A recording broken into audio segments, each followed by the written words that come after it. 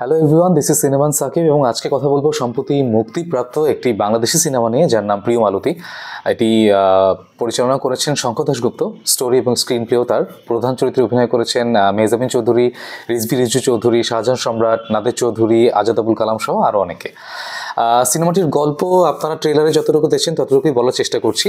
পুরান ঢাকার একজন নারী হচ্ছে আমাদের মালতী, যে চরিত্রে অভিনয় করেছেন মেহজাবিন, তার হাজবেন্ড হচ্ছে পলাশ, এবং তাদের সুখের সংসারে ছিল। মালতী গর্ভবতী একজন নারী, আর 2 মাস পরে তার সন্তানের জন্ম হবে এবং তারা সন্তানের জন্য অপেক্ষা করছে। ঠিক সেই সময় তাদের জীবনে একটি দুর্ঘটনা ঘটে যায়।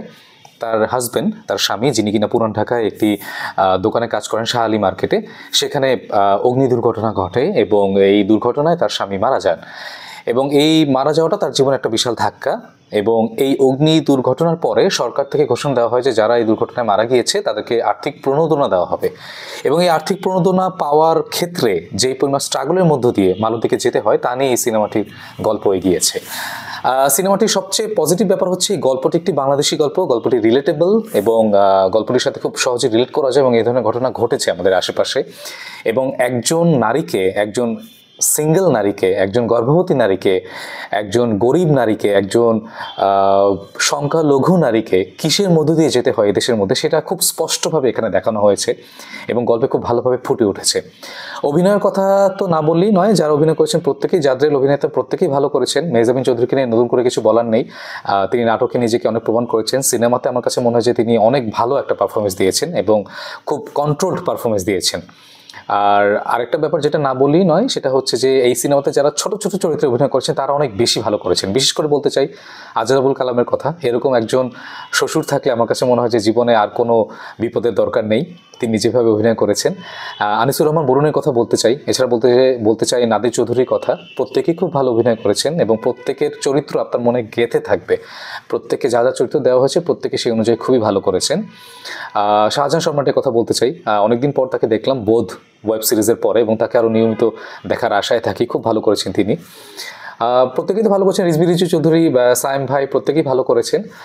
আর আরেকটা ব্যাপার যেটা আমার ভালো লেগেছে সেটা হচ্ছে এই সিনেমার মিউজিক ডিজাইন, সাউন্ড ডিজাইন, যেটা আর কি বলতে চাই আমি। সাউন্ড ডিজাইনটা খুবই অন্যরকম। বিশেষ করে প্রথম 20 মিনিট কিন্তু পুরো অ্যাম্বিয়েন্স সাউন্ড এবং সেখানে অন্য কোনো আলাদা করে বিজিএম পাওয়া যায় না। এবং প্রথম বিজিএমটা যেখানে শুরু হয় সেটা খুবই পারফেক্ট একটা জায়গা এবং সিনেমাটা দেখলে আপনি বুঝতে পারবেন যে কতটা চিন্তাভাবনা করে এখানে সাউন্ড ডিজাইনটা আসলে করা হয়েছে।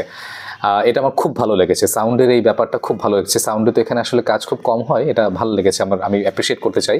ভালো লেগেছে প্রোডাকশন ডিজাইন। যেই বাজেটে সিনেমাটা নির্মিত হয়েছে, খুব বেশি বাজেট তো না, তো এই কম বাজেটে যে আগুন লাগার যে জায়গাটা যেভাবে দেখানো হয়েছে এফডিসির ভেতরে, এবং সেটা কিন্তু খুবই চমৎকারভাবে দেখানো হয়েছে এবং দেখলে আপনার কিন্তু গায়ে কাটা দেবে। আপনার মনে হবে যে আসলে আগুন পোড়া মানুষ, আগুনে দগ্ধ মানুষ দেখতে আসলে কতটা ভয়ঙ্কর হতে পারে। এবং এই ক্ষেত্রে আমি মেকআপ টিমকেও ধন্যবাদ দিতে চাই, যেটা স্বর্ণভূমিকের, আমি যতদূর জানি বিভৌতিক টিমের। এখানে কাজ খুবই ভালো হয়েছে এবং এই কাজটাকে অ্যাপ্রিসিয়েট করার মতো খুব ভালো হয়েছে এই জায়গাগুলো। আর যদি কোন জিনিসগুলো ভালো লাগেনি বলতে চাই, সেটা যদি বলতে হয়, আমার কাছে মনে হচ্ছে যে এই সিনেমাতে রাজ্জাক চরিত্রে অভিনয় করেছেন শাহজাহান সম্রাট এবং মালতীর হাজব্যান্ড মারা যাওয়ার পর এই মালতীর হাজব্যান্ডের বন্ধু থাকে হচ্ছে রাজ্জাক, এবং সে কিন্তু মালতীকে হেল্প করতে এগিয়ে আসে, অনেকভাবে হেল্প করে। তো এই যে এতটা হেল্প করছে, এই হেল্প করার জন্য এটা বোঝানো উচিত ছিল যে পলাশের কতটুকু ক্লোজ ফ্রেন্ড ছিল রাজ্জাক। তো সেই জায়গাটা কোথাও গিয়ে এস্টাবলিশ হয়নি। সেটা খুব একটা সিনে দেখানো হয়েছে যে তারা ফ্রেন্ড। তো সেটা যদি আরেকটু ভালো করে দেখানো হতো তাহলে আমার কাছে মনে হয় যে এটা ক্লিয়ার হতো যে সে আসলে বন্ধু হিসেবে কেন এতটা হেল্প করছে। এছাড়া সিনেমাতে ক্লোজ আপ অনেক দেখানো হয়েছে, ক্লোজ আপ শট। আমি হয়তো আরেকটু মাস্টার শট বা আরেকটু ওয়াইড অ্যাঙ্গেলের শট হয়তো আরেকটু বেশি আশা করছিলাম। গল্পের প্রয়োজনে ওয়াইড ক্লোজ আপ শট ঠিক আছে, অবশ্যই। মানে চরিত্রগুলো অনুভূতি যখন আমরা খুব ক্লোজলি দেখতে চাই আমরা সাধারণত তখনই ক্লোজ আপ শটগুলো অনেক বেশি দেখাই। তবে তারপরও আরেকটু দেখার আকাঙ্ক্ষা ছিল যে পুরান ঢাকাটাকে যদি আরেকটু ওয়াইডলি যদি আরেকটু দেখানো হতো তাহলে হয়তো দর্শক হিসেবে আমি আরেকটু খুশি হতাম। বাট এগুলো খুবই ছোটোখাটো ফ্যাক্ট। ওভারঅল সিনেমাটি আমার খুব ভালো লেগেছে এবং আমি সাজেস্ট করবো সিনেমাটি দেখার জন্য। আর সিনেমাটির আরেকটা যেটা ব্যাপার সেটা হচ্ছে যে সিনেমাটির যে গল্প সেটা খুবই রিলেটেবল। আমি আগেও বলেছি, পুরান ঢাকার অলি গলি, বিশেষ করে বাথরুমের ছিটখানি আটকাচ্ছে না থেকে শুরু করে পুরান ঢাকার যেই ময়লা ড্রেন থেকে শুরু করে হাসপাতাল এবং ট্রাফিক জ্যাম, যেটার জন্য আমরা প্রত্যেকেই অনেক বেশি আসলে বিরক্ত, এবং সেটা যে আমাদের জীবনে, জনজীবনে কী পরিমাণ বিপর্যস্ত করে ফেলে, আমাদেরকে কী ধরনের প্রভাব ফেলে, সেটাই সিনেমাতে আপনি দেখলে উপলব্ধি করতে পারবেন। সিনেমাটির নাম প্রিয় মালতী। মালতীর জন্য একটা সময় মায়াই লাগে আসলে মালতীকে যে ধরনের স্ট্রাগলের মধ্যে দিয়ে যেতে হয়, এবং মালতী আমরা দেখি যে মালতী একটা গরিব ঘরের মেয়ে, মালতী একই সাথে সংখ্যালঘুও। তবে সিনেমাটি দেখার পর আপনি বুঝতে পারবেন যে মালতীর জায়গায় যদি অন্য কোনো মেয়ে থাকতো, সে যদি সংখ্যালঘু নাও হতো, তাকেও একই ধরনের প্রসেসের মধ্যে দিয়ে যেতে হতো, একই ধরনের স্ট্রাগলের মধ্যে দিয়ে যেতে হতো। এই গল্পটি শুধুমাত্র একজন গরিব মেয়ের না, একজন পুরান ঢাকার একজন অসহায় মেয়ের না, শুধুমাত্র একজন পুরান ঢাকার সংখ্যালঘুর মেয়ের না। এই ধরনের গল্প প্রতিটা অলিগলিতেই খুঁজে পাওয়া যাবে যারা ওই ধরনের ক্লাস থেকে বিলং করে, এবং সেটা কিন্তু খুবই রিলেটেবল। সবচেয়ে বড় ব্যাপার, পরিচালকের একটা জিনিস ভালো লেগেছে, তিনি কিছু কমন ট্রোপ এই সিনেমাতে এড়াতে পেরেছেন। একজন স্বামী যখন মারা যায়, তার ফ্রেন্ড যখন ওই স্বামীর স্ত্রীকে হেল্প করতে যায়, তখন অন্য বাংলা সিনেমা আমরা দেখি একটা প্রেমের সম্পর্ক তৈরি করার চেষ্টা চলে। এটা কিন্তু এখানে হয়নি। এখানে তারা কিন্তু বন্ধু হিসেবে একজন আরেকজনকে হেল্প করেছে এবং একজন আরেকজনের বিপদে পাশে এসে দাঁড়ানোর চেষ্টা করছে, যেটা আমার কাছে খুব ভালো লেগেছে। এবং আরেকটা ব্যাপার যেটা না বলেই নয়, অনেকে হয়তো সিনেমাটি দেখে বলবেন এখন সিনেমার যে সংজ্ঞা দাঁড়াইছে, বিশেষ করে করোনার পর থেকে, যে খুব বিগ স্পেকটাকেল হতে হবে, এই হতে হবে, মারামারি হতে হবে, ভায়োলেন্স হতে হবে, সেটা কিন্তু এই সিনেমাতে সেভাবে নেই।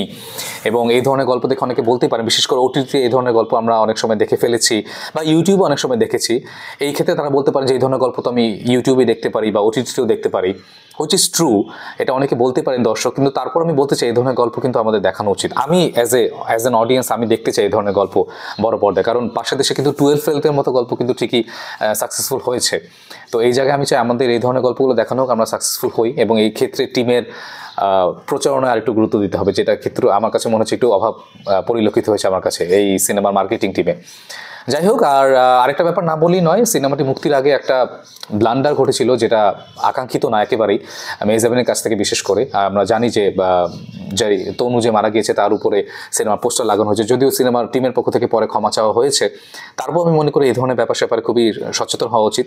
একজন শিল্পীর রাজনৈতিক বিশ্বাস যাই হোক না কেন, রাজনৈতিকভাবে তার সচেতন হওয়া উচিত, এবং আশা করব যে ভবিষ্যতে তারা সচেতন হবেন। এই ধরনের ভুল বা অপরাধ যেটাই বলি না কেন, এটা কিন্তু আসলে কোনোভাবেই আমার কাছে মনে হয় যে এটা কোনোভাবেই আসলে বরদাস্ত করা যায় না, বা এটা আসলে কিন্তু তাদের আরেকটু কেয়ারফুল থাকা উচিত ছিল। এবং আশা করি তারা ভবিষ্যতে আরও কেয়ারফুল হবেন, দেশের এই ধরনের ইস্যুগুলো জানার চেষ্টা করবেন।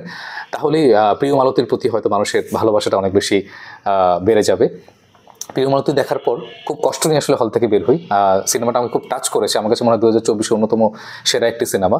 এবং প্রিয় মালতী দেখার পর আপনার মনে হবে পৃথিবীতে আসলে গরিব হয়ে জন্ম নেওয়া পাপ, আর বাংলাদেশে গরিব হয়ে জন্ম নেওয়া মহাপাপ। এই বোর্ডটা যদি আপনার মধ্যে আসতে পারে, তাহলে বুঝবেন যে প্রিয় মালতী আপনাকে টাচ করছে। মেহজাবিনের জন্য শুভকামনা, প্রিয় মালতী টিমের জন্য শুভকামনা। এই ছিল আমার মন্তব্য। সিনেমাটি দেখবেন আশা করি হলে গিয়ে। আর ভিডিওটি ভালো লাগলে কি করতে হবে আপনারা জানেন, সেগুলো করে দিয়ে আজকের মতো বিদায়।